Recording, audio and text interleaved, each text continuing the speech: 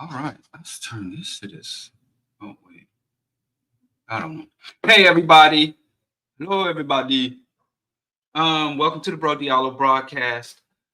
I'm not really late. I thought I was late. I just came through the door and had to run up here and jump on the camera, man. It's been, one of my favorite lines from DMX when he said, things started off hard and we're only getting rougher. I mean, this day started off hard and it was only getting rougher, even though it had its highlights. But like I said, I'm sorry. I don't like to burden y'all with my personal individual struggles. This is about our collective struggle, right? And so we got a lot to cover. Let's jump in with both feet. But you're going to notice some changes with the BroDiallo broadcast because one of my most beloved and cherished elders has found my YouTube channel. And I'm not exact when I say my most beloved and cherished elder has found my YouTube channel. Even though I did tell them about it before, but they just like, oh, I saw you on the computer. What are you doing on the computer like that?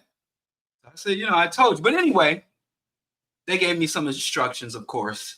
First thing they told me is don't be talking bad about Black people. Now, I didn't know I was doing that, but now that I kind of look at it, maybe. So I've been forbidden to talk bad about Black people by my most cherished elder, who is 90, in their 90s, or knocking on 90. So I don't even know. I mean, I guess that's a wrap for the show, because but that's what I've been told. I can't say anything bad about Black people anymore, including the Obamas and the Thomases. So the show, and I guess I have to fall back on the profanity and others. So you're gonna notice changes. I've been found out. I've been discovered. And I have an idea of who told on me, but that's family business. And I'm also forbidden to talk about family business. My big uncle Chris, I've been told I can't talk family business on the BroDiallo show by my other relatives. So anyway, y'all gonna notice a more gentle, less profane, more empathetic and sensitive BroDiallo from here on out. You got my most cherished elder to thank for that. But anyway, got a lot to talk about. Oh, I was coming upstairs and my son saw me, right? And he was like, Dad, where'd you get that shirt? And I said, go ask your mother. Or hoogie. He didn't get it. But anyway, my wife bought me this shirt and my son said it was cool. Like, this is like the first compliment.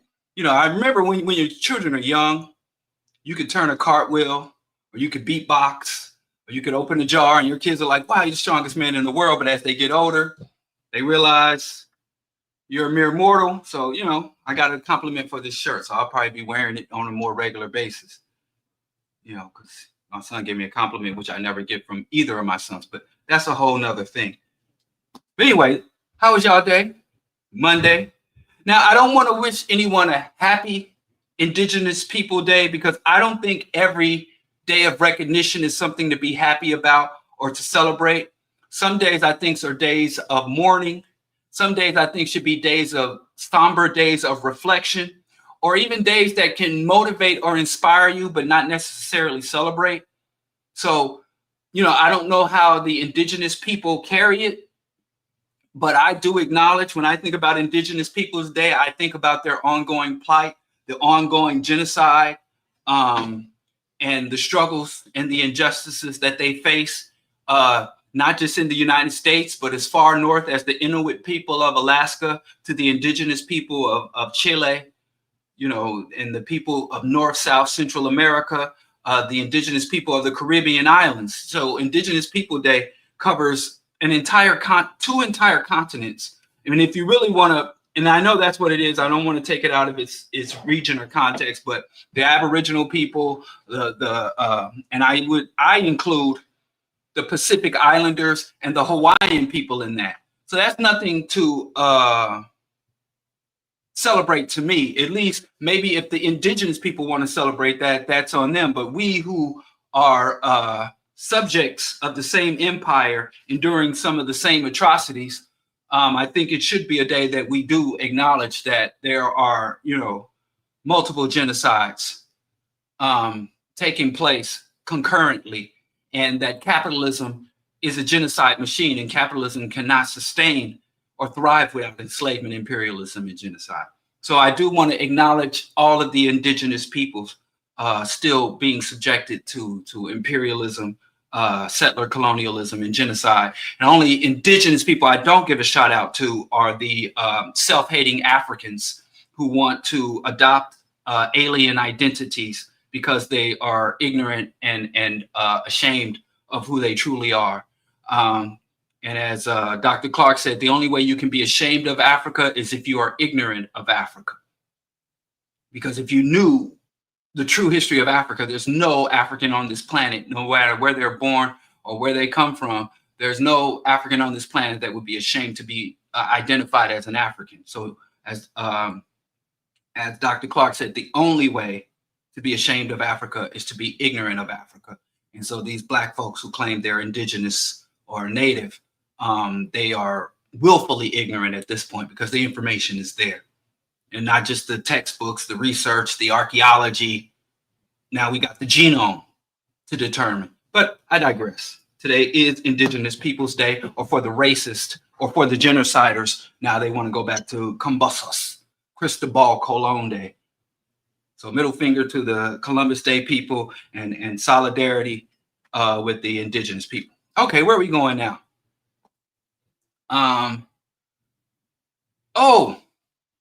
I want to talk about two concepts that are intermingled. Number one is atrocity hopping. I'm not going to spend much time on this. And atrocity hopping, first, let me explain to you what atrocity hopping is. Under capitalism and white hegemony, there are daily, ongoing atrocities.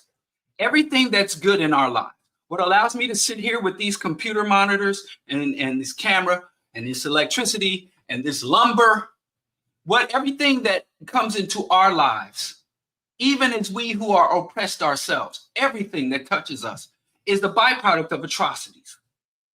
I once talked to a white leftist who said that he is a nonviolent and he is a pacifist. And I said, well, and I asked him to define pacifism to me. And he said, I don't engage in violence. And I said,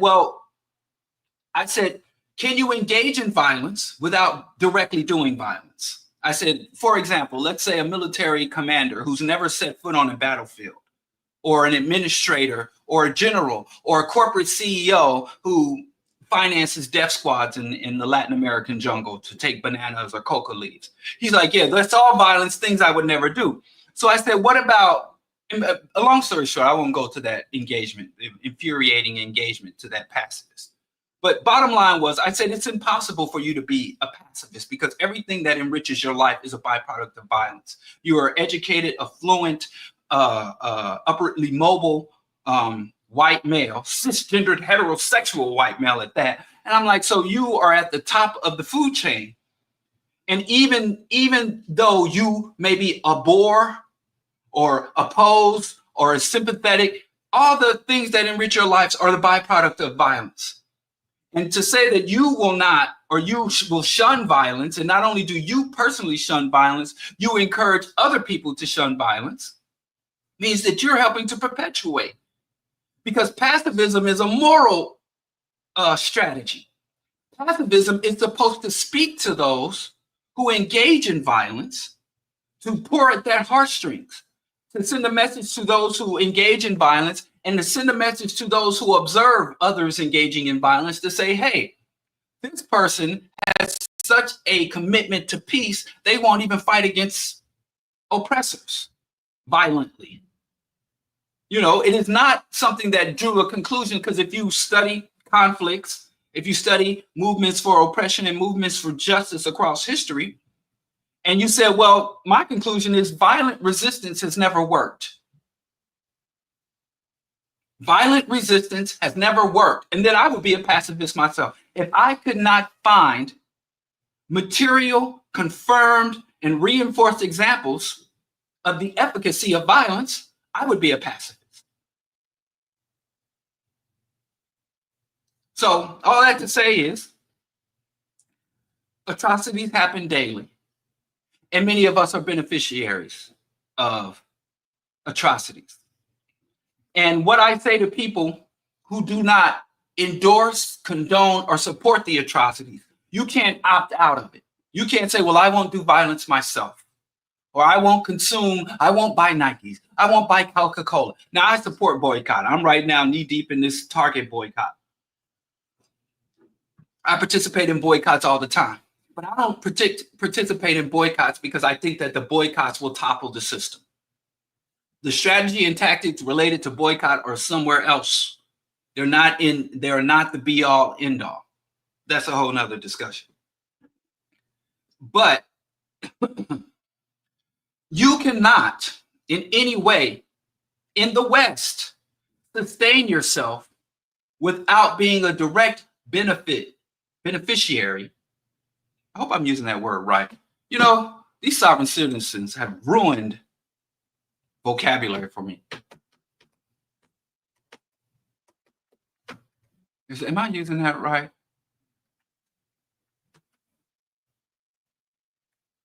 Or should I say, okay, yes, I'm using it right. It is something it's a legal term, but it's also can be used informally. So what I tell people, you know, if you got on your Nikes, which I don't know why but if you got it, it ain't tricking. If you got money for Nikes and that's how you want to do it, you got to put gas in your car. You got to walk on this stolen soil. Is that as you derive benefit from the abuse and exploitation of the world's ecosystem, you obligate yourself. We all have a political, social, cultural debt that is much bigger than any economic debt you can pay. So as you are wearing shirts made in sweatshops and you're using a phone mined by children in the Congo, and you're pumping oil that was extracted from contaminated soil of war zones in the Middle East or the Niger Delta, or you got your wife a ring that was from precious metal mined from the apartheid South Africa. You have to at the very least say, hey, I owe a debt, because I know me individually boycotting or resisting that is not a solution, but I know that I am indebted to the people who have suffered to sustain myself. And people love to talk about our ancestors' sacrifice and making good on our ancestors' sacrifice, but ignore the living people here, our peers, who sacrifice for us. Other people, that shit's weird. That's why I never believe somebody that want to talk about honoring their ancestors and they don't honor the flesh and blood right in front of them. Ms. Karras once said one time, people have more respect for a holy book than they do for a cow on a meat hook, because it's much easier to be obligated to an ancestor from 100 years ago. It's much easier to live up to your great granddaddy's dream for you. But the brother and sister on your left and right, you don't want to obligate yourself to them, because that shit can be measured. We love that ethereal bullshit.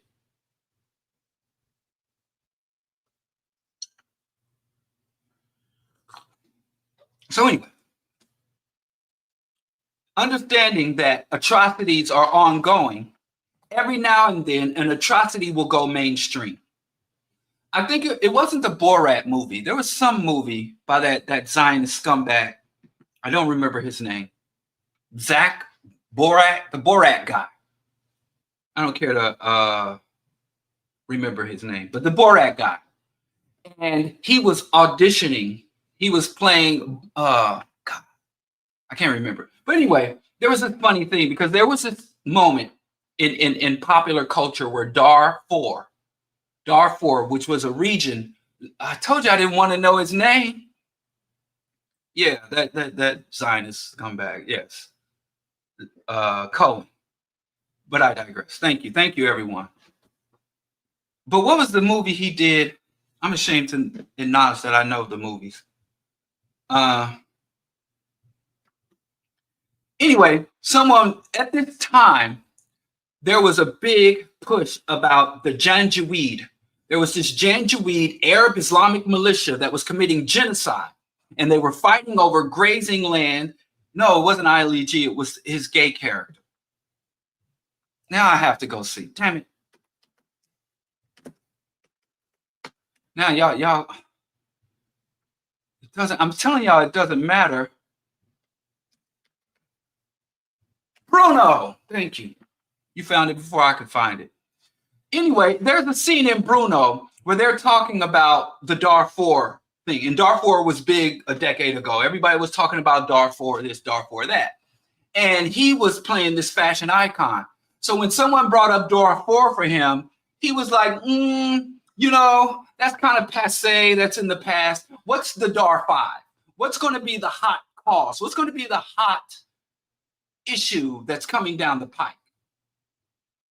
And so throughout my activist life, I've seen hotspots. Remember the Uyghur genocide just a few weeks ago? Remember the Uyghur genocide? Remember what was going on in Myanmar, Burma, and the ethnic cleansing of Myanmar and Burma? Even the ethnic atrocities and conflicts in the Balkans, the Horn of Africa, the depletion of the natural resources of the Somali people, Sudan, there's still constructed planned starvation. Y'all just remember after Obama committed one of his many international war crimes and toppled the Libyan regime. The Libyan regime and the Libyans started massacring the Africans. The Arabs started massacring the Africans in North Africa. Y'all remember the Brazilian Olympics? Remember Bolsonaro went in and said we're going to clean out the rainforest because the rainforest is a gold mine of natural resources. There's everything from oil to lumber. And he said they're going to clear cut the rainforest and turn it into a capitalist enterprise. They're going to use the machine of capitalists to turn the rainforest into profits for Brazil. And he had to kill off many indigenous communities and drive out indigenous people.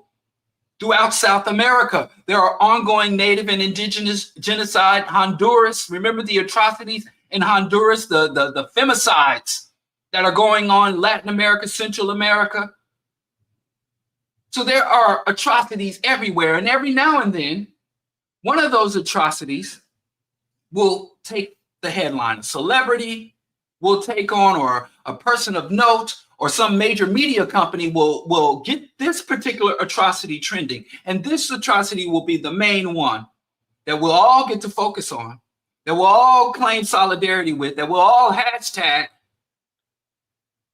until it no longer is popular. I call this the genocide du jour. There isn't one populated landmass. There isn't one continent. There isn't one continent on the face of this earth where there is not an active genocide campaign against an identifiable targeted population. I talk all the time. I've been to the Congolese. Friends of the Congo was doing this summer was doing joint protests with the Palestinian BDS. So BDS and Friends of the Congo were staging large protests outside of Apple mega stores or what they call brain bars, Genius Bar, all that weird shit. And I was going to those, and there were these. They were all white that I saw. I'm sure there were some non-whites, so I don't want to pick on white folks. Lord knows they've suffered enough. But there were these white people from Oklahoma, from the Dakotas, white folks coming all the way from Kansas. Now, these are areas where I have personally seen concentration camps of indigenous people. They got that big Leavenworth federal prison, and mass incarceration is an act of genocide. And I was like, wow, it's wild that a white person in Kansas, in Colorado, in the Dakotas can get on a plane to go 800 to 600 miles to protest genocide and fly over and drive past genocides in his own backyard to protest genocides on the other side of the earth. What is the efficacy of that? Or right or wrong, it's just peculiar to me. It's very peculiar. And those same people that will fly from Oklahoma, from Arizona to Chicago to protest, you couldn't say, hey, we can go up to the Lakota Nation. We can go just north to the water protectors and hold solidarity with these people who are under genocide. And they won't go 4 blocks to fight the genocide in their own backyard and go 400 miles to fight the other genocide. That's very peculiar to me. I understand it, though. I really do understand it. I'm not even condemning people. Bless their hearts. Bless their hearts. But atrocity hopping are people who live their lives, generally good people, liberal people, progressive people, empathetic people. And they are like, oh, Sandra Brand, oh, Mike Brown, free Palestine, liberate Darfur, end mass incarceration, Troy Davis, do not execute Troy Davis. Because this system is engaged in ongoing atrocities. I can throw a dart, get a map of the world and throw a dart at that map and list dozens of ongoing atrocities, genocide, and abuses going on in that region of the world. And hell, the earth is mostly ocean. So let's say I miss a landmass and I hit the water. I can tell you about the mass extinction, the illegal underwater nuclear testing that nations are doing. There has been hundreds of documented and maybe thousands of undocumented detonations of nuclear bombs under the ocean and up in the atmosphere.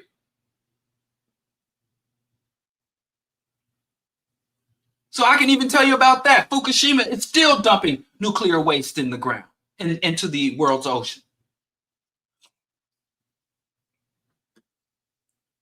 So it is difficult for the human mind to take all that in. The human mind has a point where the central nervous system will shut down in order to protect the body. I worked in a trauma center. I worked in a level 1 trauma center, gunshot wounds, severe, people's bones and organs outside their bodies. And a lot of times, the pain will be so much that they will shut down. They will be just shut down because the mind physiologically cannot comprehend too much over negative stimulation. It is an evolutionary physiological protective mechanism. So it can happen on a physical level. But it can also happen on a psychological and emotional level. So if you woke up and went to bed every day of your life fully grasping the rate of abuse and harm that is being an injustice across the globe simultaneously, relentlessly, you would shut down. And many people become numb. Some people try to rationalize, well, God's in charge. The Lord is in charge. Now, I just said a few days ago, it's real weird. People will literally sit there and be like, the Lord is in charge and God is good all the time. And at the same time, this world is covered in evil. Satan runs the world. And I'm like, make up your minds. Pick a side. Either Satan is in charge or God is in charge. And how does God run everything? And everything happens according to God's will. But the bad stuff is not his fault. But I'm not here. I'm not here. I'm sick of, I'm not going to let the Lord catch strays today because, like I said, I got an honored elder who watches. So it's impossible. So some people say, God got it. Some people be like, I'm here to get mine. I don't give no F's. And I tell you, not giving a fuck is the coward's method of coping. Not caring is a coward's method of coping. Right? So it's very hard to take it all in and to sustain it consciously, deliberately. And maybe some of us have been around people. I know people that don't want to be around me. Back in the day, people used to be like, you talking that black stuff. Oh, you're a bummer. Can't invite you to the cookout because you're going to talk about how the animals were inhumanely slaughtered. You're going to talk about how animals are inhumanely slaughtered, so you can't come to the cookout. Can't invite you to the club because you're going to be talking about the misogyny and anti-social, anti-African propaganda in the music. I've been that dude. My homeboys used to call me the judge. And they would call me that behind my back. And then one of my other homies came and told me, you know, when he got pissed off at me, he's like, you know what we call you? We call you the judge. Because all you do is pass judgment on other people. You're so judgmental. So I know that. I know how people don't like to be reminded. You know, people tell me I don't want black people to be successful. I've been told that because I'm anti-capitalist. And the black people who amass fiat, they are not capitalist. But the black bourgeoisie, I criticize and critique, and when they try to come but that's a whole nother thing. So I know what it's like. So what tends to happen to the good people who says, yes, shit is bad, and I'm going to try to do some good. I'm going to try to do my part. You know, I want to jump into the arena. I'm conscious. I'm pro-black. I'm revolutionary. I'm pan-Africanist. And what we tend to do is we atrocity hop. Right? So now they got this fake ass ceasefire, this ceasefire thing, and everybody's like, okay. Some people really think the battle was won. Some people think this struggle between Palestine and Israel, and I hate saying Palestine and Israel because Palestine is Israel. That's like saying a battle between the United States and Native America. Native America is Palestine. You know, like somebody kicked in my house and took over my house and confined me, my wife, and kids into this back room. And we'd be like, the back room versus the kitchen, the back room versus the family room. You know, like that's stupid. It's all, don't it? And then if they can get you to pretend like there's a place called Israel and there's a place called Palestine and they're two separate places, that's half the fucking battle. That's half the fucking battle that they're fighting. There is no such thing as Israel and Palestine. There is Israel is Palestine. But I digress. So anyway, we atrocity hop. I was in Ferguson, Missouri. I was very proud of what Ferguson, Missouri, and St. Louis, the St. Louis suburbs. Let me get that. The amount of organizing and the amount of pushback that they were able to amass in such a short time. It was really a grand time in African organizing, African resistance, African rebellion and protest. And now it's a footnote. And by the way, because a lot of black folks take this position, and I think this is an uninformed position where he said, Arabs and Jews fighting don't move me. You know, the officer that shot Mike Brown and left his corpse rotting in the sun in front of the whole black community, he received training in Israel.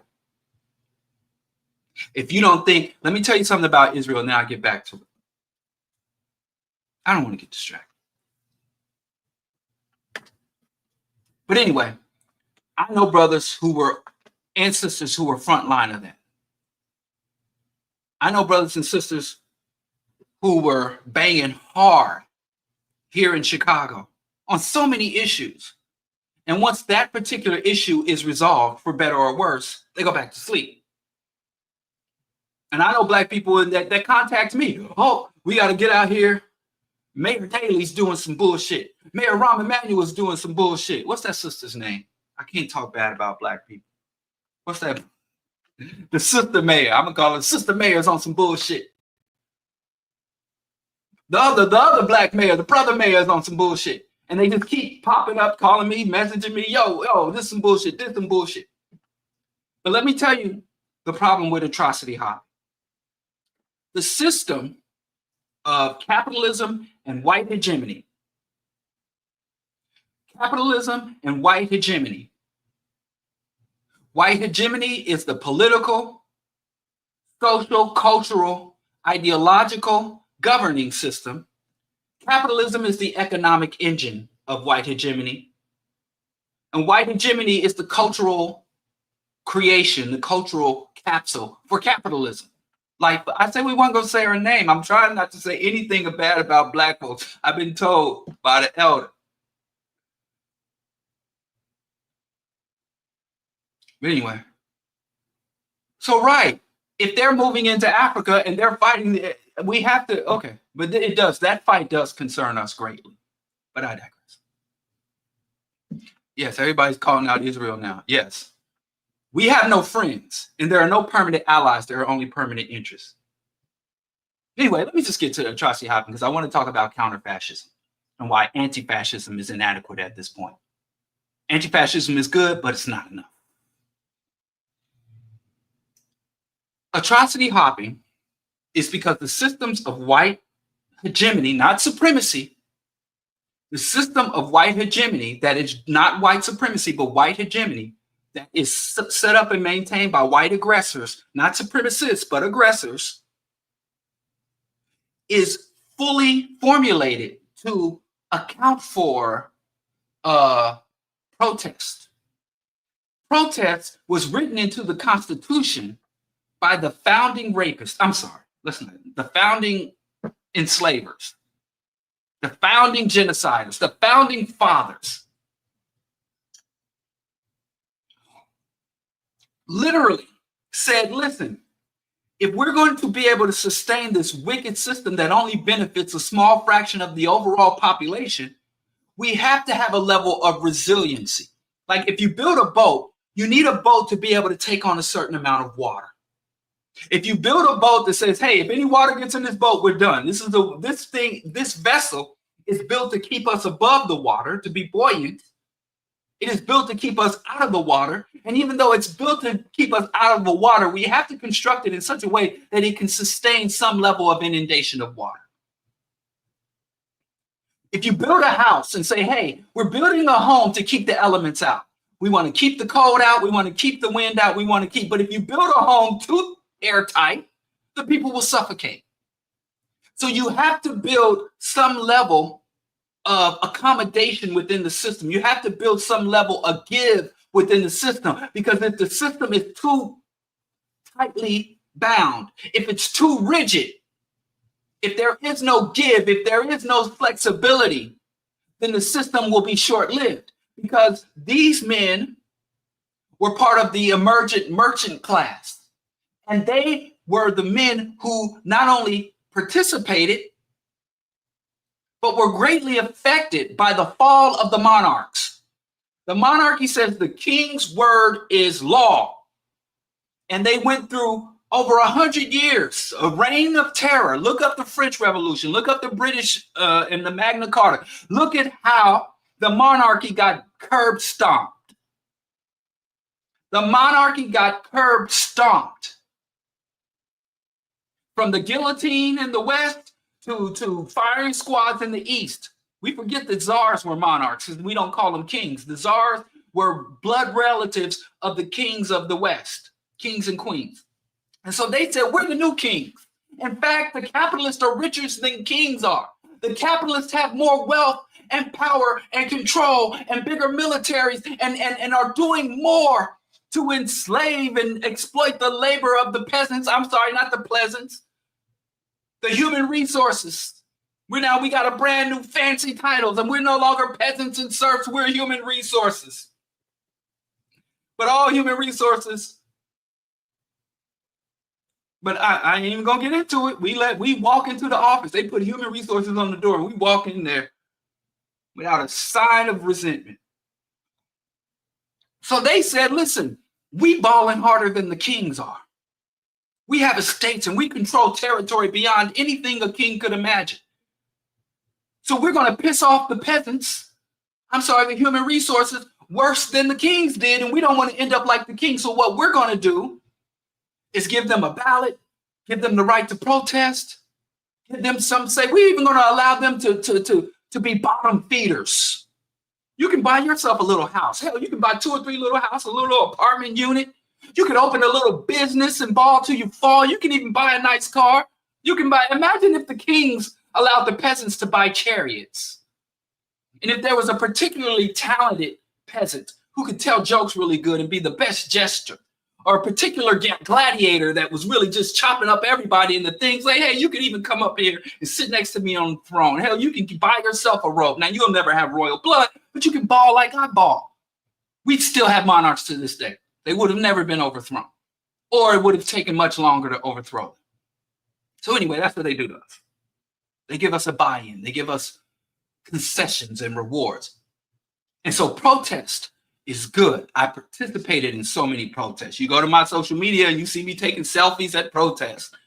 I'm not demeaning protest, but if we misplace or misunderstand protest, it's not adequate because the system is literally constructed to give that, it's more flexible. That's the thing that I think Marx failed to see. When Marx was talking, if you read Marx, and let me tell you something, we talk about snitching.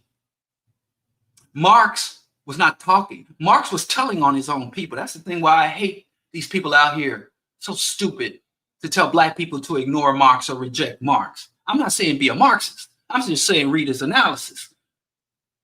Or you can tell me, a white person who had an inside track that told on white people harder than Marx, that told white folks business to the world better than Marx told, about their motivations, breaking down their historical, dialectical and historical materialism. I love when I reference Marx and they be like, Marx was racist. What I'm waiting for is an opportunity to say John Adams was racist. Like you really give a fuck about Marxist racism.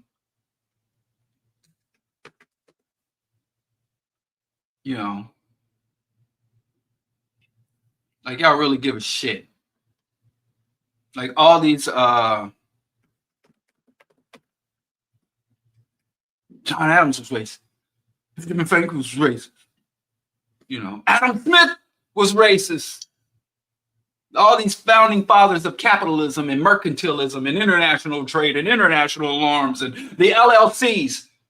You don't think the Queen? You don't think the Queen who gave the world, who signed off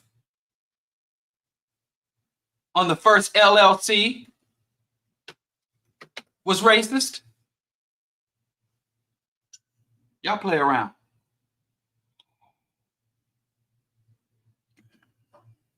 Okay, anyway, I digress. So anyway, atrocity hopping doesn't work. And here's the thing, how you avoid atrocity hopping.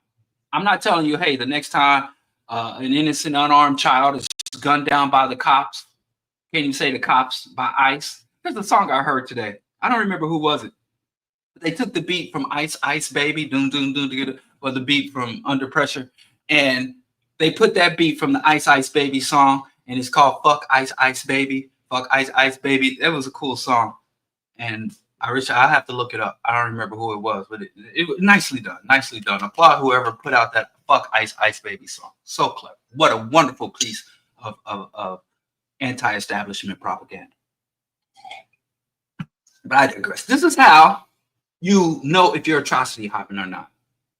When something happens, like, I have no doubt, before I get off this, hold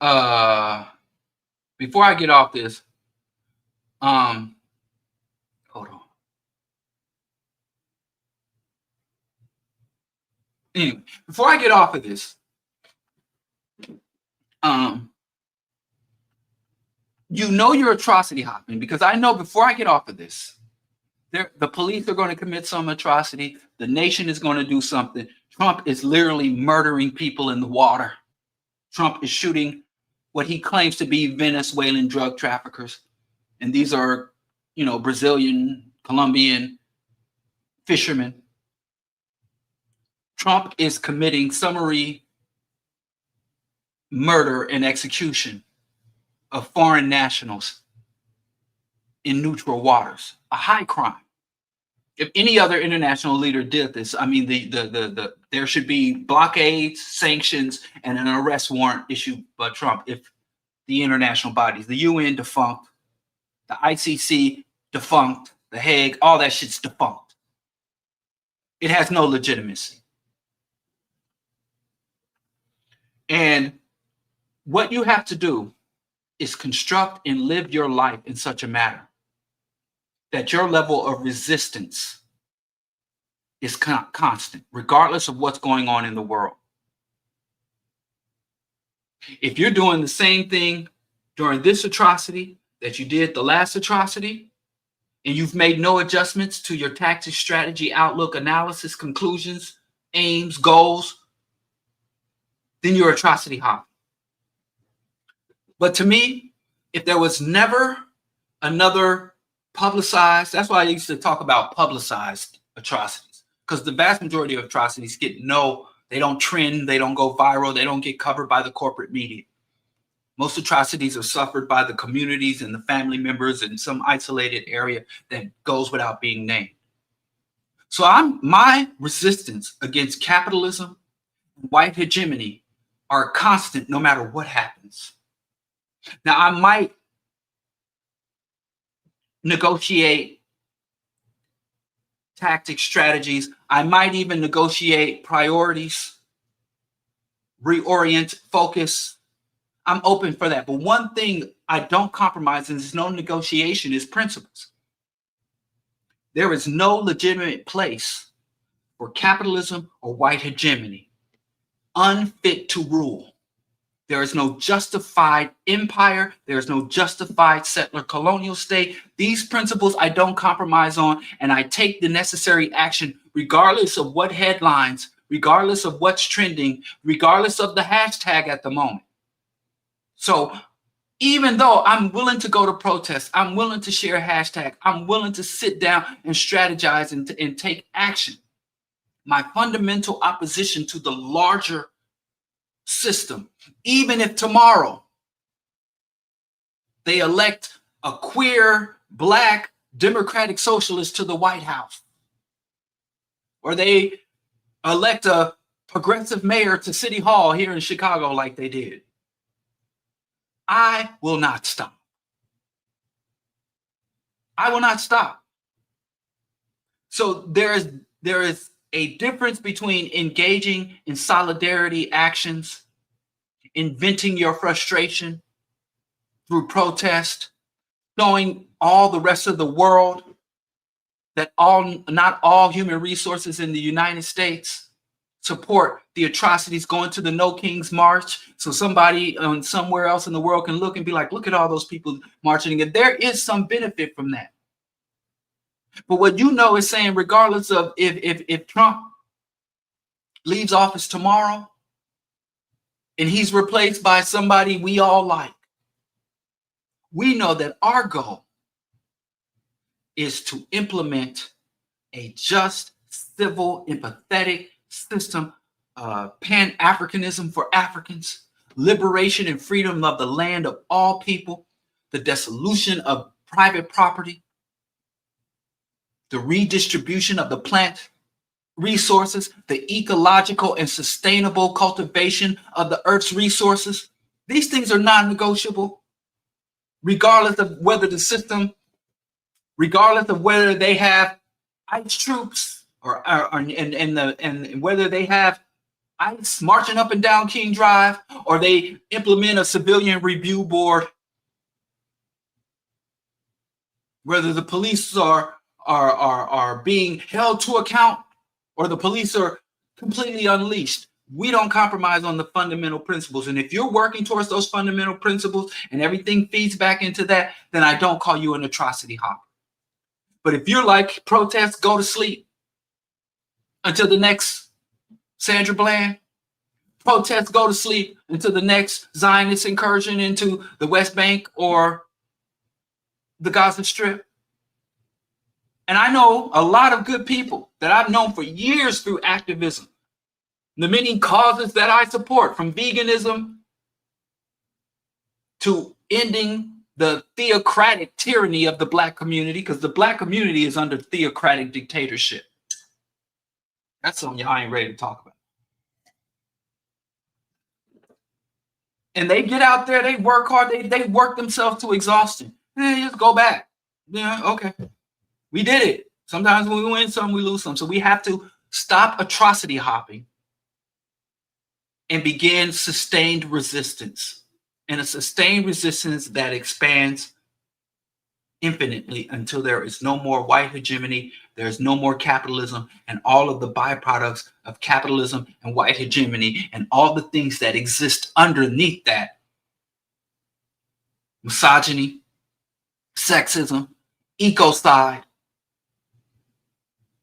collapse of ecosystems, the mental health crisis, all the things that are byproducts and bastard offsprings of these two twin towers of oppression that dominate the globe.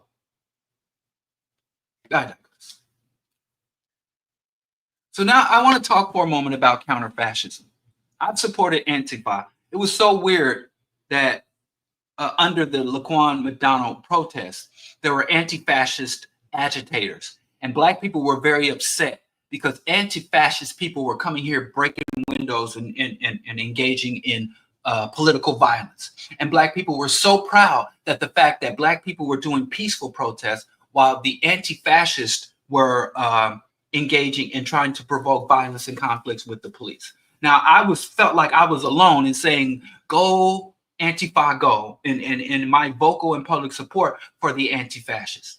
Even around the corner from my house here was a Walmart, and they claimed that the Walmart was looted. I don't understand. I don't know what the word looted is, because all I saw was some explorers who discovered an untapped retail resource.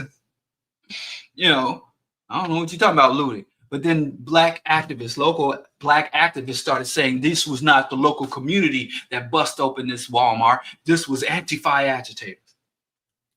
And I get all these conscious Black people that get on me about saying, yeah, I fully support Antifa. Yeah, I'm anti-fascist myself. I don't even need to shorten it.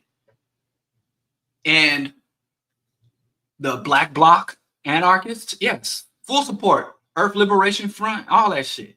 Probably get in trouble just saying those words out loud in the current fascist environment. But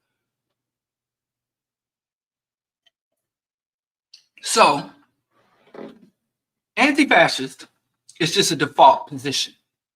Antifa is not a movement, despite what the fascists tell you.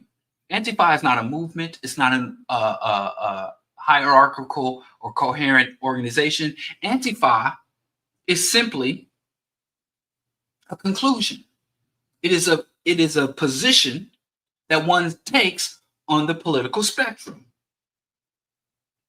You only have two types of people in this world, either pro-fascist or anti-fascist. And if you cannot unequivocally say, I am anti-fascist, then you default to pro-fascist, whether or not you know what fascism is or you proclaim.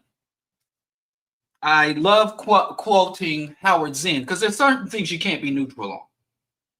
Because me, I'm an Xbox player. I love the Xbox. I really enjoy Xbox. I don't need no PlayStation. Now, somebody could say, I don't give a fuck about either one of them gaming systems. And that's a neutral position. I'm indifferent. I don't care if you play like my wife. Like my wife. She could care less.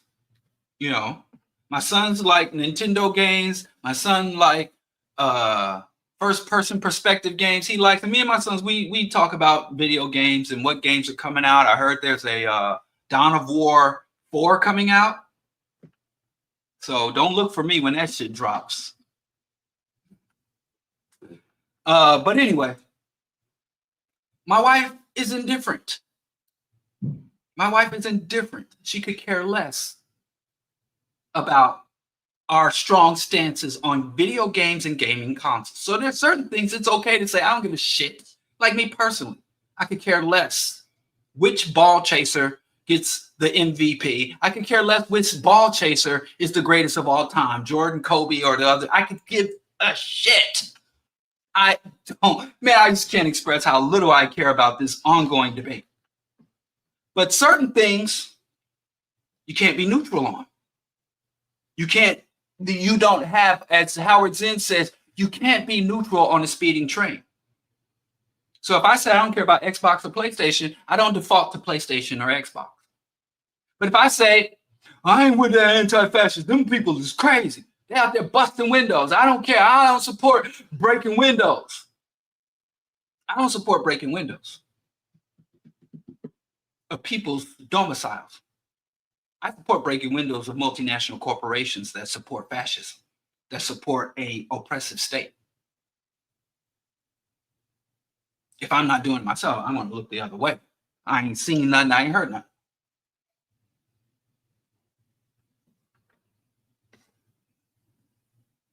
Yep, see, another ex-boxer. So, as Howard Zinn wrote a whole book called You Can't Be Neutral on a Speeding Train.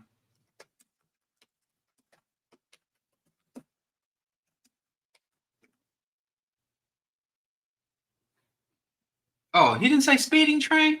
It's been a while. It's been a while. But this is a book about his life. Well, I didn't know she wrote the for You can't be neutral on a moving train. Sorry, I've been saying speeding train for years. Oh my goodness. I don't know nothing about nothing. Looks like 20 years old. You can forgive me. So, counter-fascism. I think it's great to be anti-fa. But simply being anti-fa is not enough. You need to counter because fascism is here. When fascism is always in the periphery of America. The United States is always as fascist as it needs to be to prevent a threat to the hierarchy. The hierarchy are capitalist. The hierarchy is white hegemony. So you can dance around down here, but as long as you don't threaten the hierarchy, that's why some black organizations can walk around toting guns. Some black organizations can walk around calling them devils and Caucasus Mountain cave dwelling devils. There's all kind of shit you can do up under here that could be labeled opposition, resistance, or even hate. But the moment you start to formulate actions that threaten to topple and bring these people here down here, or to remove them, that's when they move on you. That's when it becomes a problem. So we need to deliberately and consciously topple them. There's so much. And then remember, in this system, we have a system of oppression. And there were some people who were not forward thinking, who thought, if we free the slaves, that will destroy our way of life. You notice people saying that. Free the slaves, we will destroy our way of life. Give women the vote, it's going to destroy our way of life. Let gays get married, it will destroy our way of life. Let immigrants come in the country, it will destroy our way of life. And people who scream destroy our way of life, you'll notice they're never at the apex of the system. And the threat to our way of life is a way of controlling the fodder, the foot soldiers of hegemony, the foot soldiers of white hegemony. So, oh, it's a threat to your way of life. Right? So they use that because they don't understand just how compromising, just how resilient this system is. They thought freeing slaves and giving slaves citizenship, putting amendments in the Constitution, giving slaves full citizenship, and allowing former slaves during the Reconstruction era to be reelected to be elected for public office. They went from being beasts of burdens to dignified people, right? And it's like, this will destroy our way of life. Can you imagine those people who thought giving slaves citizenships and letting them vote, and come damn near find out the slaves are more patriotic than the white folks? We out Pope the Pope, we out Muhammad. Some of the most vicious and violent fundamentalist Christians, Negroes. Some of the most aggressive Muslims, Negroes. Some of the most faithful capitalists, Negroes. So that shit don't threaten the system. And if you understand the system, you understand that black folks participating in the system at even its higher level, Clarence Thomas, not only does it not threaten the system, much of it validates and reinforces the system.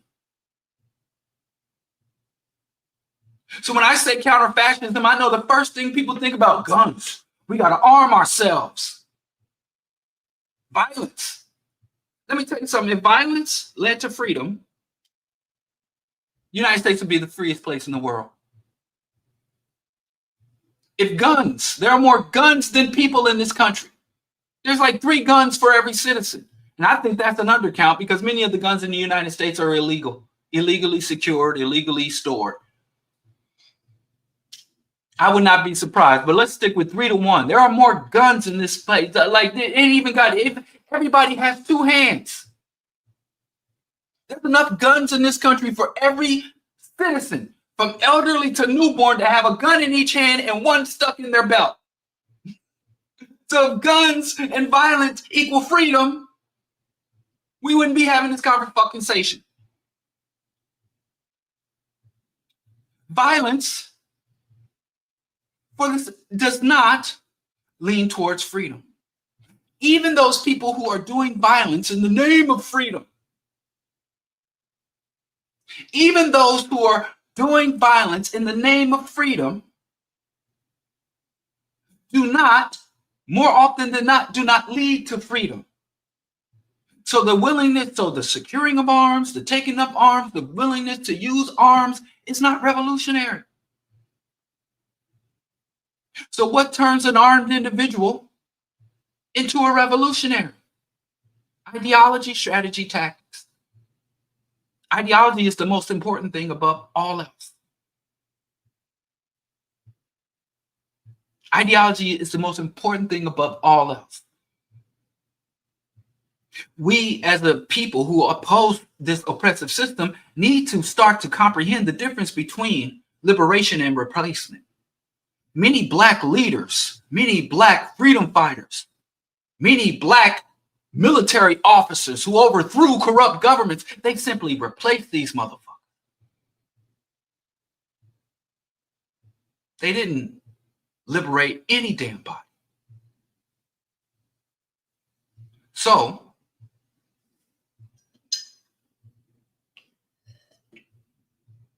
in order to counter fascism, you have to have an ideology that is fundamentally non-compatible with fascism. White hegemony is compatible with fascism. Racism, chauvinism, these things are all compatible. So you can't simply be, as Kwame Ture told us, it's not enough to say, I'm anti-fascist. That would say you're also anti-capitalist, anti-patriarchy, and I hate to say this because everybody's about to log off, anti-theocracy. Now, anti-theocracy versus anti-religion. You can be religious and spiritual. I don't know why you would be, but you can be anti-fascist. But theocracy is the religious hierarchy, religious institutions. So you can have religious beliefs. I don't know why you would, but you can.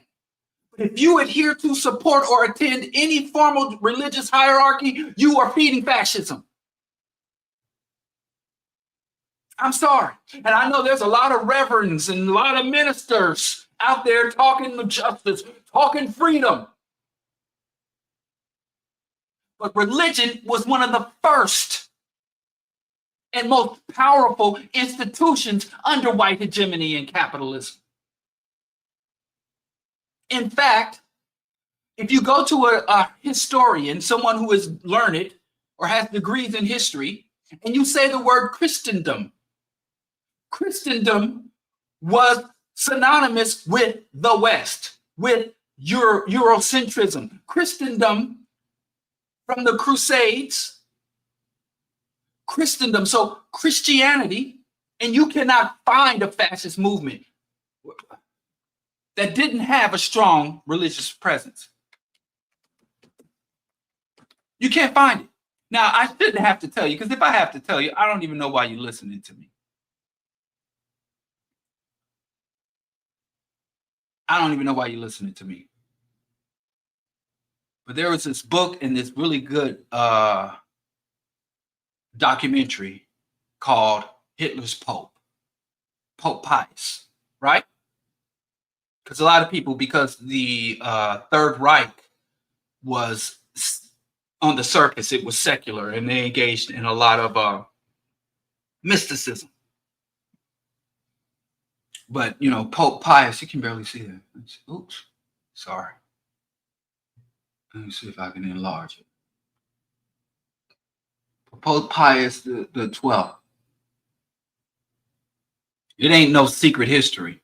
There's a book, The Secret History of Pope Pius the 12th, Hitler's Pope.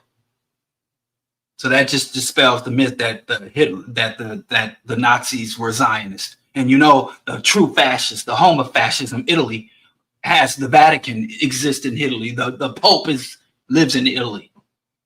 So I digress. And if, like I said, if I got to explain to you how deeply married the evangelical, the Mormons, the various Christian sects that are married to, in fact, many people would say MAGA is a spiritual religious revival, bringing back Christian values to America.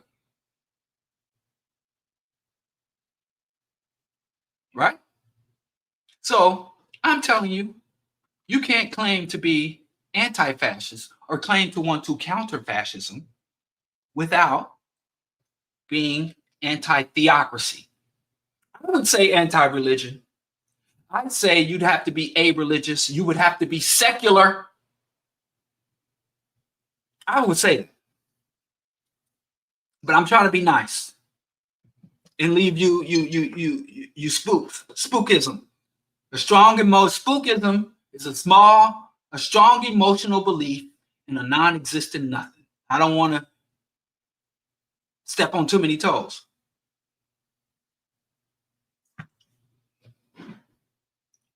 But fascism thrives. The stronger the religious conviction, the stronger the religious convictions of a culture or community, the more fertile ground for fascist, reactionary, oppressive, authoritarian ideas and policies. And it ain't just Christianity and Islam. Go look at how much the Hindus. Go look at the Hindus. Y'all like to play games with these Eastern religions like they're more enlightened than the Western religions. The Hindus. The Buddhist, authoritarian, top-down, repressive, and hierarchical, the Buddhists are. And oh yes, go to Africa. Go amongst those indigenous African believers and see how much Africa loves MAGA. And how intertwined even indigenous African hierarchies, religious hierarchies are. But I digress. All I'm saying is, if you're going to be anti-fascist or counter-fascism, you have to be against all of the bastard offsprings. Because this is what happens. I say all the time, the Nazi military lost the war, but the Nazi ideology won. There is possible throughout history, we see that movements and ideologies can lose a war, but win the peace. You can lose the war, but win the peace. So the ideology, because you had Nazism, a genocidal, imperialist murder machine that was fighting Great Britain, genocidal capitalist murder machine. The US, genocidal capitalist murder machine. They were fighting each other, but they were fighting each other not over the racism, not even over the genocide. There are so many documentaries, so many document times that there were many strategists who said, listen, there are death camps in Germany.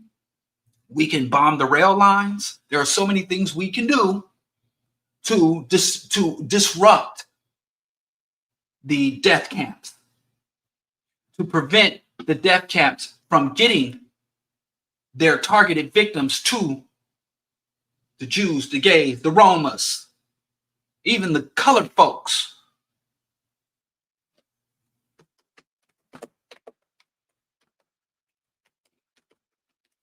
That's why black folks, you cannot, we just don't have the option of being like, I don't care what's happening with them people. Oppression is global.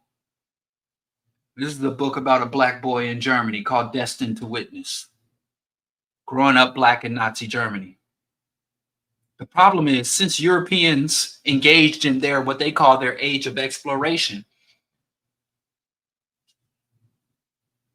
since they globalized their culture, since white hegemony is the global system, there is really no conflict within the West that will exempt us.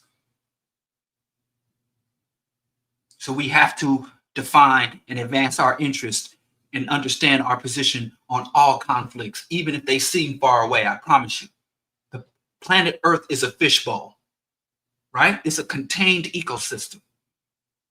So if you got a fish swimming over here and pulling over here and say, well, up towards the surface of the fish tank, they're fucking around with nuclear bombs. Well, I don't care what they're doing over there. I'm a guppy. You know, I only deal with guppy business. And ain't no guppies over there. Not wise. That's not a long-term strategy for success. So anyway, to be anti-fascist, I got to pick this up. To be anti-fascist, you have to be in opposition to all the bastard offspring of fascists. The main reason is, even if you defeat fascism, you defeat the Nazis, or you defeat MAGA, Trump is arrested, prosecuted, and put into Leavenworth Federal Prison, or he's shipped over to the ICC and convicted for international war crimes. The fertile soil, the germ seeds, theocracy, chauvinism, sexism, patriarchy, capitalism, all these other wicked, oppressive, exploitative isms, neoliberalism, are going to lay the foundation, corporatism, are going to lay the foundation for the next uprising. So you have to attack them all. It's kind of like what ironically, the fascists called total warfare. You don't just fight against the military. You don't just fight territory. You don't just fight on the land. You fight in the air. You fight on the sea. You fight in culture. Hitler would have these large exhibits, art exhibits. And one, you'd go through these galleries set up by the Nazis. They'd have all this Greco-Roman art showing all these white bodies carved in stone and these paintings of these Aryan girls in a valley picking lilies, and these paintings of a homestead of a white man, muscular white man tilling the land. He'd have all these galleries full of people doing fine arts, right? And in the background, you'd have Chopin and other classical artists playing, right? And then when you go through the art showing the Aryan art, most of it wasn't even Aryan, could be defined, but it's showing the Aryan art. Then you go through this little corridor, and then he'd have the Hall of Degenerate Art, and it would be abstract art. It would be abstract art and postmodern art and all these Jewish created art by Jewish artists, and there would be this loud music, jazz music playing in the background. And they'd show on the screen Negroes dancing with white women, Negro men twirling the white women and throwing them in the air. So we don't just fight on the battlefield. We don't just send soldiers on the field. We don't send submarines and warships in the ocean. We don't send fighters, there were no jets, propeller fighting planes in the air. We're fighting art. On the artistic front. Hitler was burning books, but at the same time he was burning books, he was championing certain authors, certain writers, certain worldviews, certain historians, certain pseudo-scholar science, pseudo-scientists, phrenologists. They fought us on all fronts. They didn't just say, well, you listen to what you want, you worship how you want. I just want the money. That's why we make such a fatal error thinking, oh, it's just about the money. Oh, they're just going over there for oil. How can it be just about the money when they fucking print the money? But I digress. You have to fight on all fronts. Counter-Fascism. Fascism thrives on the distortion of history, the distortion of roles. So before you take to the streets, before you either take up a protest sign, take up arms, before you put your body on the line, you have to have an accurate and clear assessment of what history is. You need to be able to counter their lies as aggressively as you counter their policies. But the problem with a lot of that is because we are indoctrinated into this system, and many of us want to get the bag. Many of us want to integrate and elevate into the system. Many of us want a Black or African replica of this system. We want our own Black billionaires, Black corporations, Black CEOs, there was a Black woman who was promoted the first lieutenant generals in the United States Marines, and people were celebrating that. They got a Nigerian woman that's head of the Tory or the Conservative Party in the UK. So many of us want a replica. So to truly counter fascism in the world, we have to counter fascism in us. And the psychological and ideological or intellectual germ seeds that have been indoctrinated in us, not just in our lifetime, but through generations. And then when we create organizations, we have to make sure not only that our organizations are not fascist, but that our organizations do not have the components or the germ seeds of fascism, that they're not ahistorical, that our organizations don't point to some utopian past that never existed when we was all kings and queens. A lot of the same lies that MAGA feeds off of, we have our own Black versions of that. We the true Indians, we the true indigenous. So the distorted history. And we cannot allow people to rise to prominence that have those fascist germ seeds. Secure the bag, that strict authoritarian hierarchical attitude, Dr. Fubar, the tradition, the tyranny of tradition. I did a whole show on the tyranny of tradition. Using tradition as a bludgeon to beat Black people over the neck, thinking I can say this is African and this is not. This is as if Africa and what can be defined as African is locked in history or locked in reality.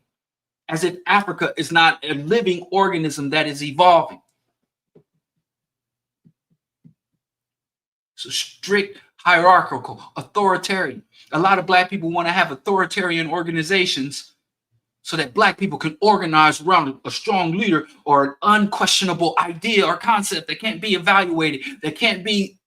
We don't want skeptics. We don't want people to ask questions. So in order to counter fascism externally, we have to identify it and purge it internally. And then and only then can we start talking about, okay, where are we going to be? What tools, weapons, formations, numbers, placement, logistics do we need to fight this shit? Because to be honest with you, I'm sick of this cycle. Every few decades, white people engage in a global scale murder orgy.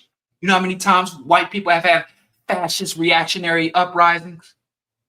Fascism engaged strongly in scapegoating. And if you look at most Black organizations, we find the scapegoats. Our most prominent leaders are out here creating scapegoats. Single mothers. These gays out here, these Black men being effeminate. Femininity is a scapegoat. Single mothers are a scapegoat. Gender non-conforming people are a scapegoat. Our own goddamn children are scapegoats. These kids are this, and that's why we can't. We're looking at symptoms as core problems. So a lot of times we can't counter fascism. I'll go further. A lot of times we don't even recognize fascism because there are so many characteristics within fascists that we hold within ourselves. And to call those out, we feel attacked. If you start talking about fascism, when the fascists come out Why so many black men vote for Trump? They got this nonsense. Well, liberalism and progressivism doesn't speak to the needs of men. If MAGA or the fascist movement have needs, fuck your needs. If your needs can be satisfied by MAGA, then your needs ain't worth being considered, I'd say, but I digress.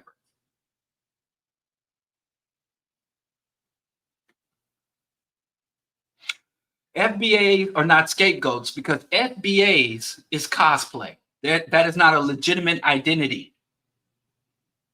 That is not a legitimate identity. Can you imagine being an enslaved African who lived your life in opposition to something, and then your offspring say they're foundational to it? That's crazy. Fuck FBA and ADOS. And anybody who aligns with that bullshit. But I continue to digress. So that's my problem. That's why after years of we lose ideologically. We get fucked up in the game because Dr. John Henry Clarke says, and I believe, properly trained, properly equipped, and properly motivated, there is no better fighting force than the black man.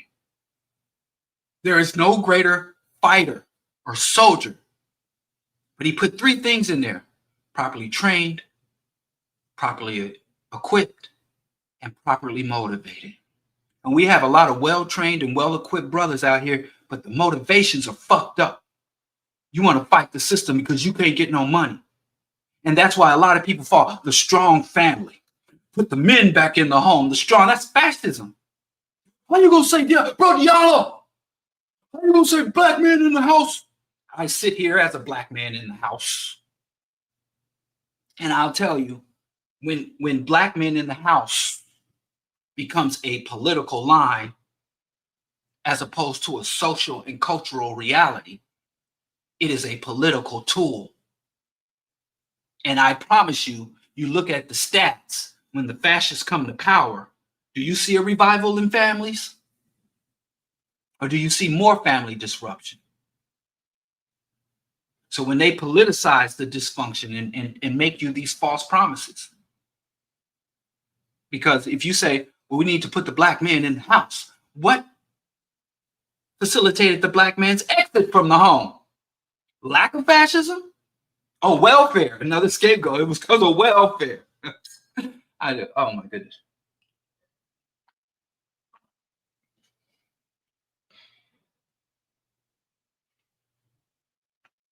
Okay, I'll bite. Anthony. Okay, let's go back to the air. What am I glossing over? D. We are an unconscious and unorganized mass, unfortunately. That's not true. That's not true. I wish that were true. If we were simply unconscious, and we are extremely well organized. I don't know if you've ever been in a large number of black people. We are unified. We are everything we claim we're not. And it's weird that we call for shit. Well, we need to be unified. We need this. We need that. That's not our problem. I promise you.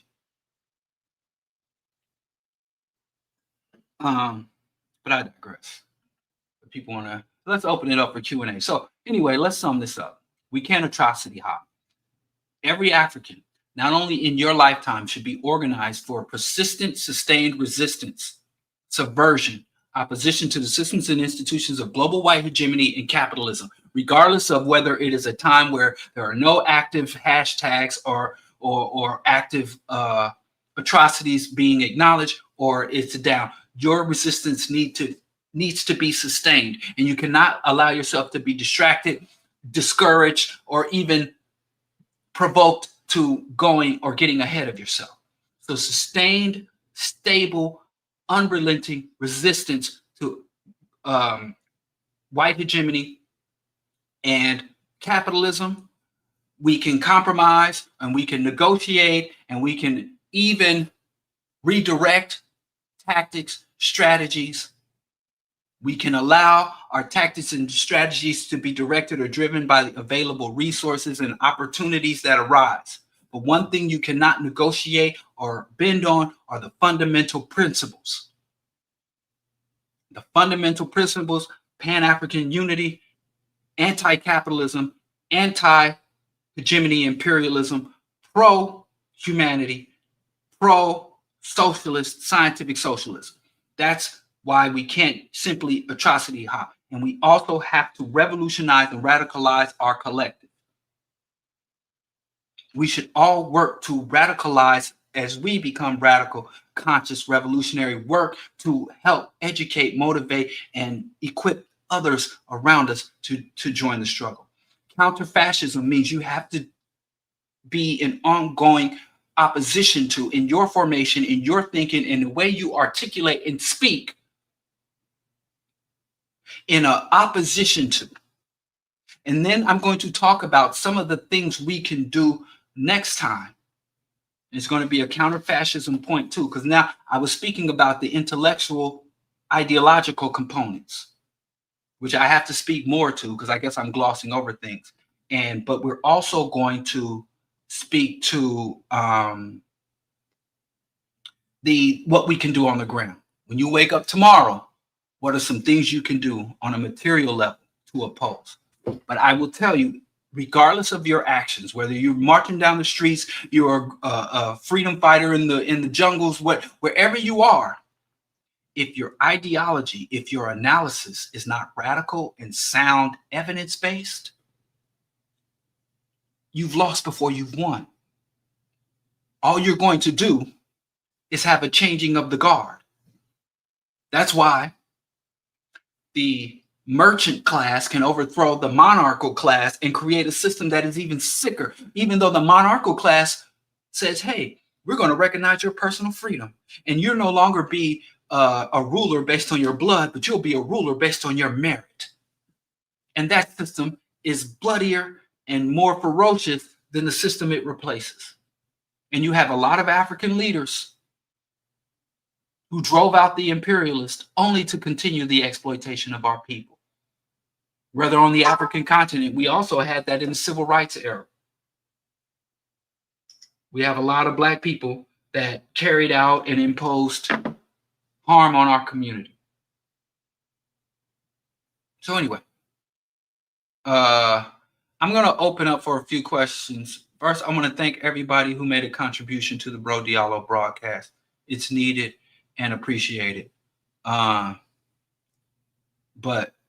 if there's any questions, comments, or criticisms going forward, I saw somebody ask me, can I recommend a book that is for a newbie? A newbie? I don't know. I'm just going to look around here. Oh, I guess. Here's some. Oh, I had these books. I don't know how newbie you are.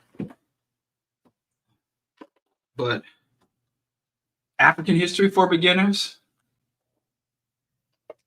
Black History for Beginners, and the Black Holocaust for Beginners, the Writers and Readers books. These are just really fun books. I'd given these to my sons, and then I snuck back in their rooms after they read them and took them back. They're really good books. They're really well written and researched and illustrated. I don't know, but that's random as hell. There's so many books. Oh, let me say this.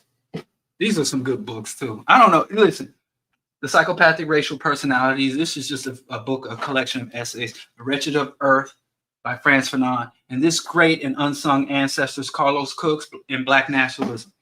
I recommend all those books. I recommend every fucking book. Okay, thank you for that question. Where's the haters that was saying I'm glossing over shit or saying some wild shit like that? Error. I don't know where this shirt is. You have to ask my wife. She bought it for me. She knows I'm a De La fan. Let me tell you this, and I know I'm gonna sound like an old fool. My favorite arms are revolvers. And the Taurus, and I'm not doing a commercial. I don't want to be up here like Cuddly Mike being an NRA supporter. I'm against guns. I support gun regulations. Hell, that's one thing with the assault weapon ban. Out of the real one good thing coming out of the Reagan administration, I support the assault weapons ban. I support regulations of it. I do not support the Second Amendment, and I'm against guns. That being said,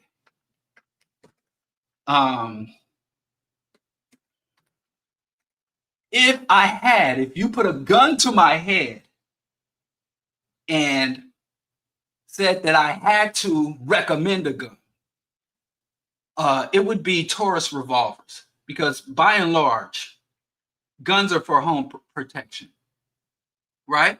And I've used a lot of guns, and I know Glock and the rappers make guns popular, but my own personal experience, which is really relatively limited, I'm not a gun nut, but this Taurus manufacturers, they make revolvers. I like revolvers better than pistols. I grew up using revolvers, and their revolvers are very, very well manufactured. They hold up under time, depending on your caliber and all of that. So I like Taurus revolvers.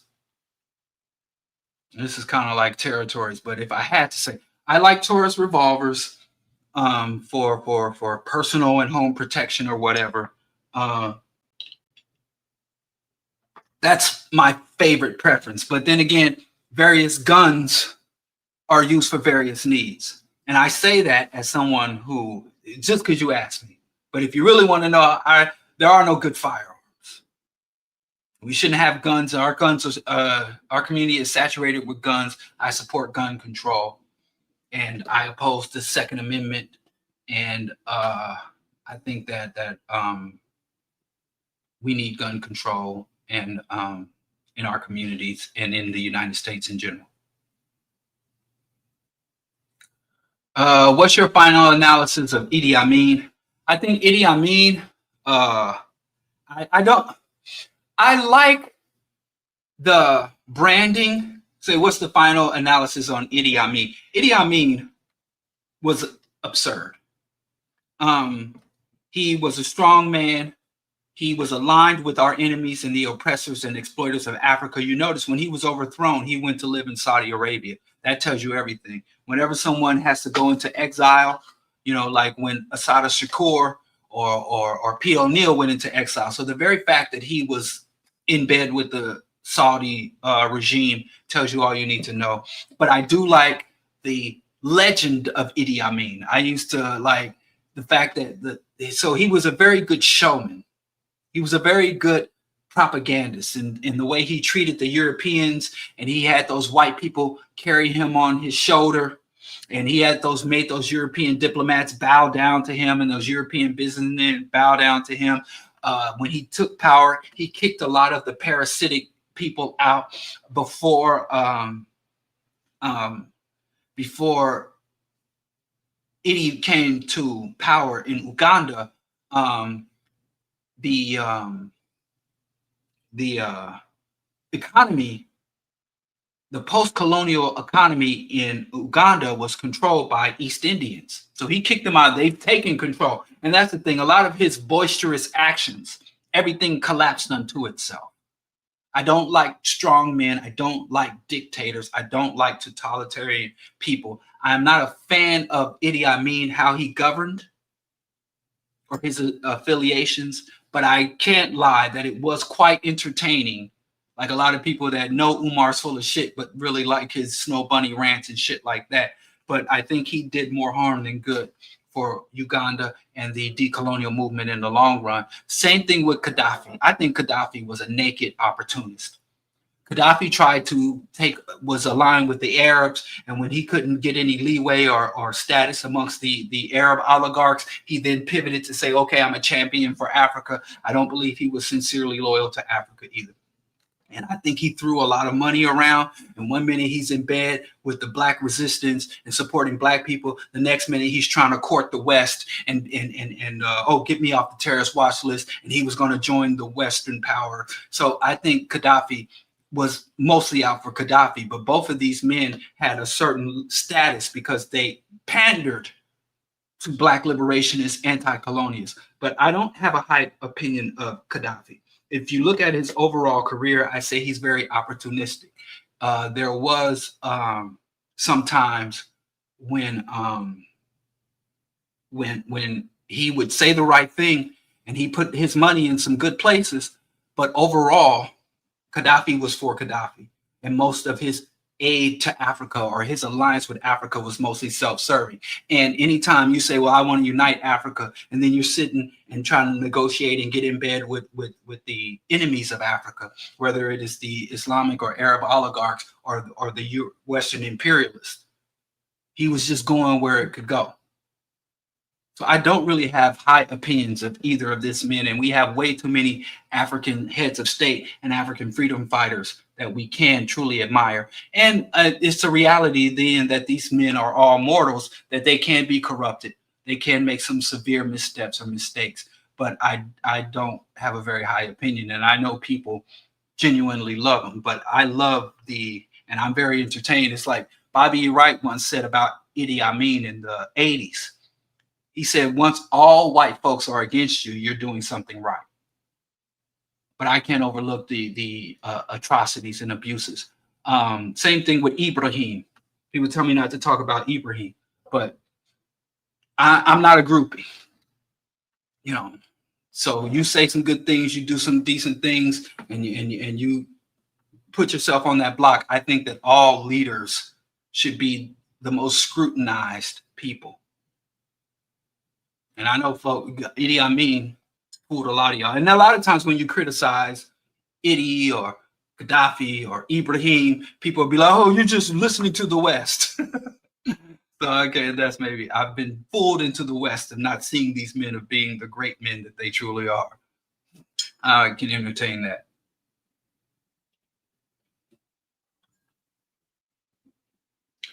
Can you explain the difference between an ethno-nationalist and a pan-Africanist and where most Africans fall on the spectrum? I can't really speak for most Africans, but an ethno-nationalist is, the problem with ethno-nationalists is that they're isolated. You know, I'm a Nigerian. And they don't even go say, I'm a Nigerian. I'm Igbo. I'm Somali. Whereas a pan-Africanist says, listen, all people of African descent on the African continent and the global spanning African diaspora. We have African communities in New Zealand, Australia, the UK, the Caribbean, of course, the US. The largest concentration of African people outside of the African continent is in South America. So the Pan-Africanist says, listen, all of these people have the same lineage, the same history. You cannot separate the history of the African diaspora from the history of the continent. You cannot separate colonialism and slavery. You cannot separate the extraction of African bodies from the continent from the extraction of African artifacts and African natural resources. So this is a continuous line and a continuous history. And just as when Europeans got on a boat off the shores of Spain, off the shores of Portugal, off the shores of the UK, there are no shores in Germany, but the Germans got out there and, you know, look up the railroads. And so when the Europeans set about the world, they didn't stop being Europeans. And they went about the world creating replicas of what they left. Africans did the same thing. Africans did the same thing. In our rhythms, our music, our cadence, even if we're talking an alien language, even you listen to a French Creole, a black person talking French, or an African's. I was in Panama, and you listen, and I was in Puerto Rico, and you look at them African people speaking Spanish, and then you listen to somebody speak Swahili or Igbo. It's the same rhythm, the same cadence. You listen to a Nigerian speaks the Queen's English, or you listen to a brother from the Bronx speak the Queen's English. The same force, the same booming authority. So we are all African. We are one people. And the Pan-Africanist says, listen, it's not enough for us to limit ourselves to tribe or limit ourselves to the borders defined by our colonizers. So the ethno-nationalist is interested in securing a small limiting factor in terms of they can be capitalist, they can be Catholic and religious. There is no limiting factor.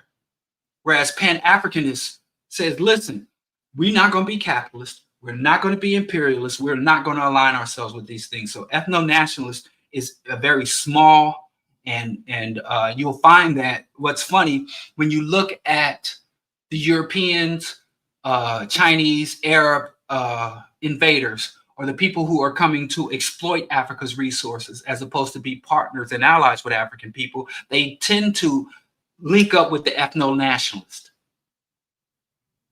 They link up with the ethno-nationalist because they know that that is a very isolated, small, not only small in number, but small in perspective and outlook. So the difference is one is trying to preserve a very small component of what they deem to be their part of Africa, and the other one is trying to liberate the entirety of humanity. Anyway, and we got ethno-nationalists here. We got Black Americans. FBA and ADOS is ethno-nationalists. Utterly disgusting and backwards. And you'll find the FBA and ADOS gets a lot of support from our oppressors and enemies. Because why wouldn't you? If when I see MAGA is starting to fracture, you have pro-Zionist MAGA, anti-Zionist MAGA, you have America First MAGA, Marjorie Taylor Greene, and then you have the globalist MAGA, Elon Musk.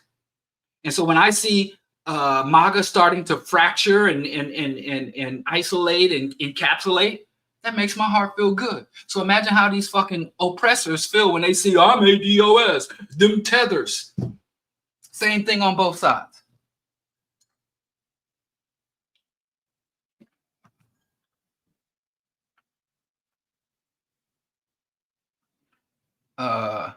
Mark Milder, Diallo, is it true that oppressed people cannot go from that state to a developed people or nation without a revolution? Yes.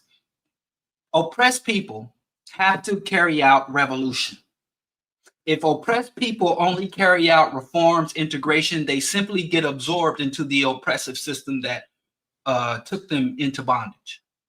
And this is my last response. I appreciate all the questions, but this is how it works. All humans go, in all societies, human societies and human relationships go through higher levels of complexity. It is evolutionary. It has happened with all advanced primates that they go through greater levels of complexity. You have from the single organism, evolution. All evolution is steps of greater complexity. So you have the small family unit. Then you have the tribe. And then you can have the city-state. And then the nation. And then you have national unity. And then you even have continental unity and all that. It is higher levels of complexity. When a people become invaded, colonized, enslaved, oppressed, that natural evolutionary process gets disrupted. Right? So when your natural evolution gets disrupted, something that would happen naturally through the flow and development of history and human relations, then and only then you are obligated to only carry out a revolutionary process. So our natural evolution to higher levels of unity and complexity has been disrupted through slavery, colonization, imperialism. So now the only way for us to continue on our natural trajectory is to engage in revolution. Evolution is a natural process. Revolution is a deliberate, conscious process. The violence is in both processes. You have violence in evolution, you have violence in but revolutionary violence is driven by ideological and radical analysis, understanding things at their most fundamental component. What? So yes, you're right. Revolution is the sole, exclusive, and only solution for African people. Revolution is the process which you systematically deconstruct the systems and institutions of oppression and then replace those oppressive institutions with justice institutions that are diametrically opposed to the ones you brought down. It's not enough just to bring down the system. We saw the fall of the British Empire, and it was replaced by the American Empire that was 10 times worse. We saw the fall of the dominance of the Catholic Church, and we saw the emergence of the Protestant, who are more bloodthirsty than their Catholic granddaddies, and it goes on and on and on and on. So if you're fighting against a system that is racist, you must have a system that is fundamentally anti-racist. If you're fighting against a patriarchal system, you must have a system that is anti-sexist, anti-misogynist. If you're fighting against a system that concentrates wealth, you must create a system that justly distributes wealth. If you're fighting a system that exploits and destroys ecosystem, you must replace it with a system that cultivates and preserves ecosystem. It is not enough to bring down the system. If people are always telling you we got to bring down the system and never telling you what they intend to replace it with, they're not bringing down the system. They just want to replace the hierarchy. They want to move into the hierarchy. They want to oust the rulers and become rulers themselves. So when somebody says, we need to get rid of Jesus and replace him with Allah, which is some of y'all leaders are saying that, bring our people to Islam. We got to move our people from that side of the room to that side of the room. So revolution is the system, the deliberate, conscious, intellectual act of conceptualizing and executing programs, organization, institutions, conflicts that will systematically dismantle an oppressive regime and replace that regime with one that is diametrically opposed. So if you replace black capitalism with white capitalism, you have not carried out a revolution. You have made reforms, but if capitalism still stands, but I digress. Anyway, I appreciate y'all. Please like, share, subscribe. Please make contributions. I told y'all that we over here struggling at the BroDiallo show, and I am in. I won't say dire. Which worse, dire or desperate? Which is less worse? Oh, hold on a second.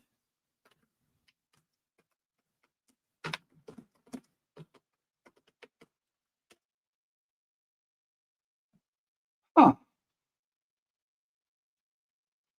Wait. Give me 1 second. This computer is so slow. Oh, wait. Sorry. I'm just trying to find out what's worse, dire or desperate.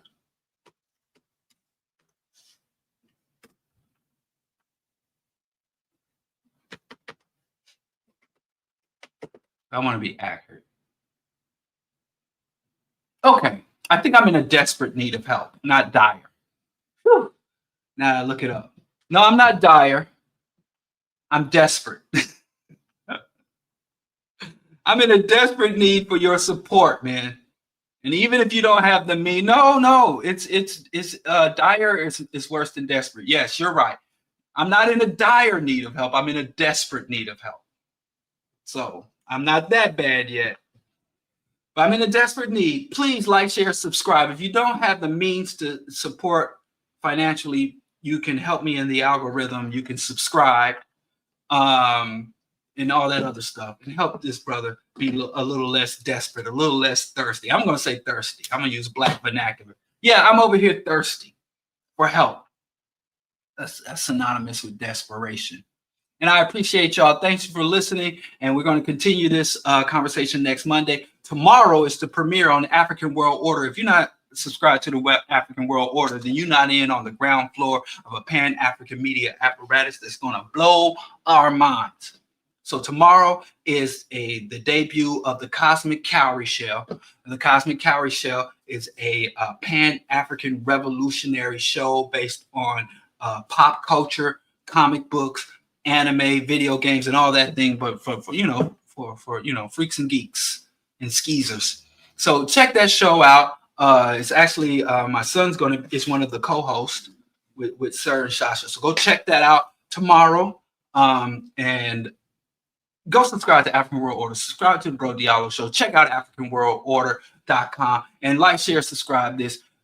Contribute if you can. And we don't pray as atheists, but please send me your contemplations and reflections. You know, I appreciate people that reflect and contemplate my situation. But if you must pray, I can't stop you.